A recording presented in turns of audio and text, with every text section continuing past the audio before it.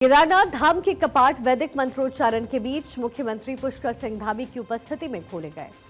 धाम के पुरोहितों ने आरती से जुड़ी हुई मान्यता बताते हुए कहा कि जब तक भैरव जी के कपाट नहीं खुलते तब तक आरती नहीं होती, क्योंकि यहाँ के रक्षक भैरव जी हैं।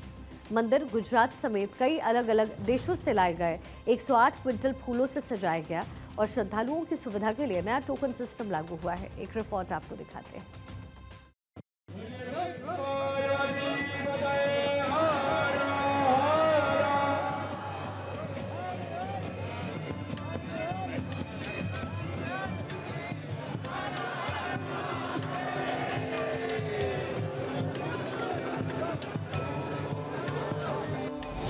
भोलेनाथ का धाम, आस्था का सैलाब।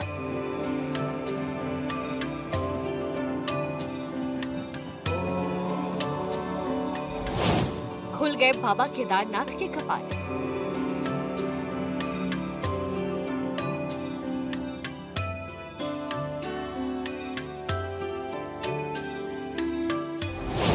भोले के जयकारे से गूंज उठा था।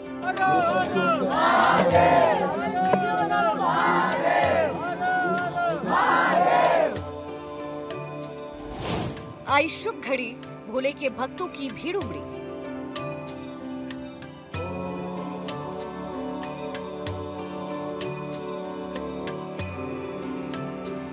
देवभूमि उत्तराखंड में केदारनाथ धाम के कपाट सुबह 7 बजे खोल दिए गए। कपाट खुलते ही भक्तों ने मंदिर के अंदर जलती अखंड ज्योति के दर्शन किए।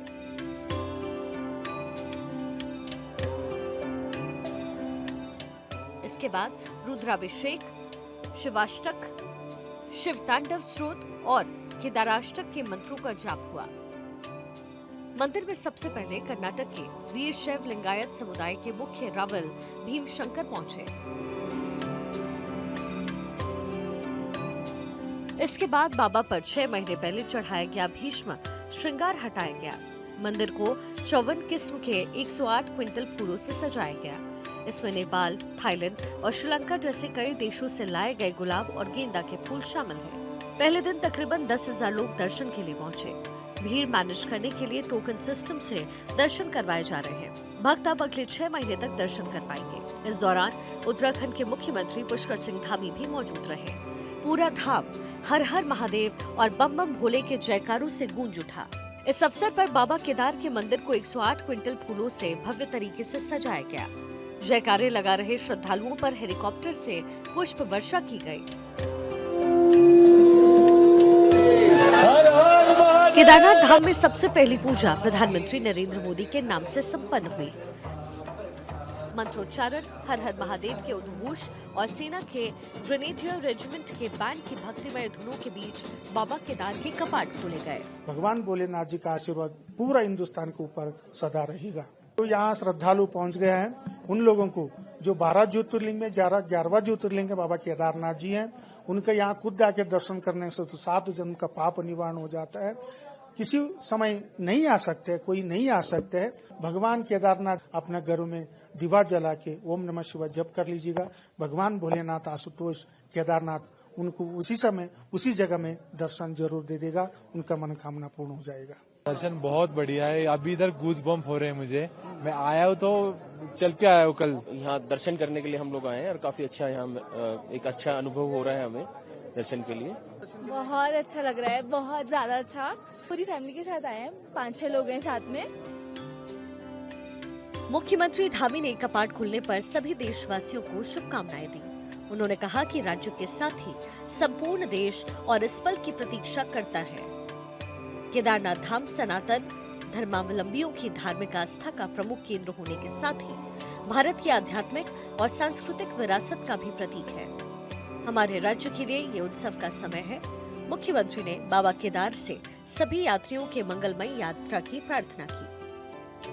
प्रधानमंत्री ने केदारनाथ की इसी भूमि से 21वीं सदी का तीसरा दशक उत्तराखंड का दशक बताया। उनके शब्दों को सच करने के लिए राज्य सरकार निरंतर विकास के नए आयाम स्थापित कर रही है। आदरणीय प्रधानमंत्री श्री नरेंद्र मोदी जी के मार्गदर्शन में, उनके आशीर्वाद से एक नवाचार प्रारंभ किया है।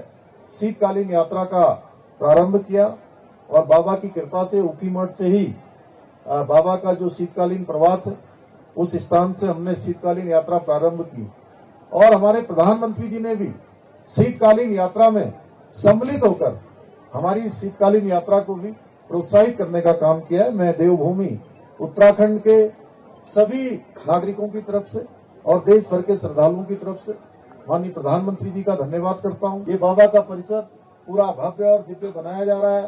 पूरी तरह से इसको मास्टर प्लान के तहत इसके विकास को सुनिश्चित किया जा रहा है। चारों तरफ से जिस प्रकार निर्माण कार्य हो रहे हैं, यहाँ पर निर्माण कार्य करना भी थोड़ा कठिन होता है क्योंकि 6 माह यहाँ पर काम नहीं हो पाता है, लेकिन उसके बावजूद भी आदरणीय प्रधानमंत्री श्री नरेंद्र मोदी जी लगातार केदारनाथ धाम की, हमारे बद्रीनाथ धाम की और 4 धामों पर होने वाले निर्माण कार्यों की लगातार समीक्षा करते हैं। प्रत्येक दूसरे तीसरे मन उनकी स्वयं इसकी देखरेख होती है और मैं जब भी उनसे भेंट करता हूं तब वो हमेशा मुझे बाबा केदार के प्रांगण में हो रहे कामों की, विकास के कामों की हमेशा जानकारी देते हैं।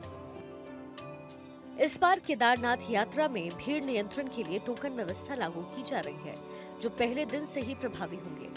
डीजीपी ने टोकन काउंटर्स की संख्या बढ़ाने, पीए सिस्टम में यात्रियों को जानकारी देने और स्क्रीन पर स्लॉट और नंबर प्रदर्शित करने के निर्देश दिए। उन्होंने एटीएस और पैरामिलिट्री बल की तैनाती को भी सुव्यवस्थित करने की बात कही। केदारनाथ में यात्रियों के लिए गाइडलाइंस जारी की गई। 30 मीटर के दायरे में मोबाइल के इस्तेमाल की इजाजत नहीं है। रील या फोटो शूट करते पाए जाने पर मोबाइल फोन जब्त के साथ 5,000 रुपए का जुर्माना देना पड़ सकता है।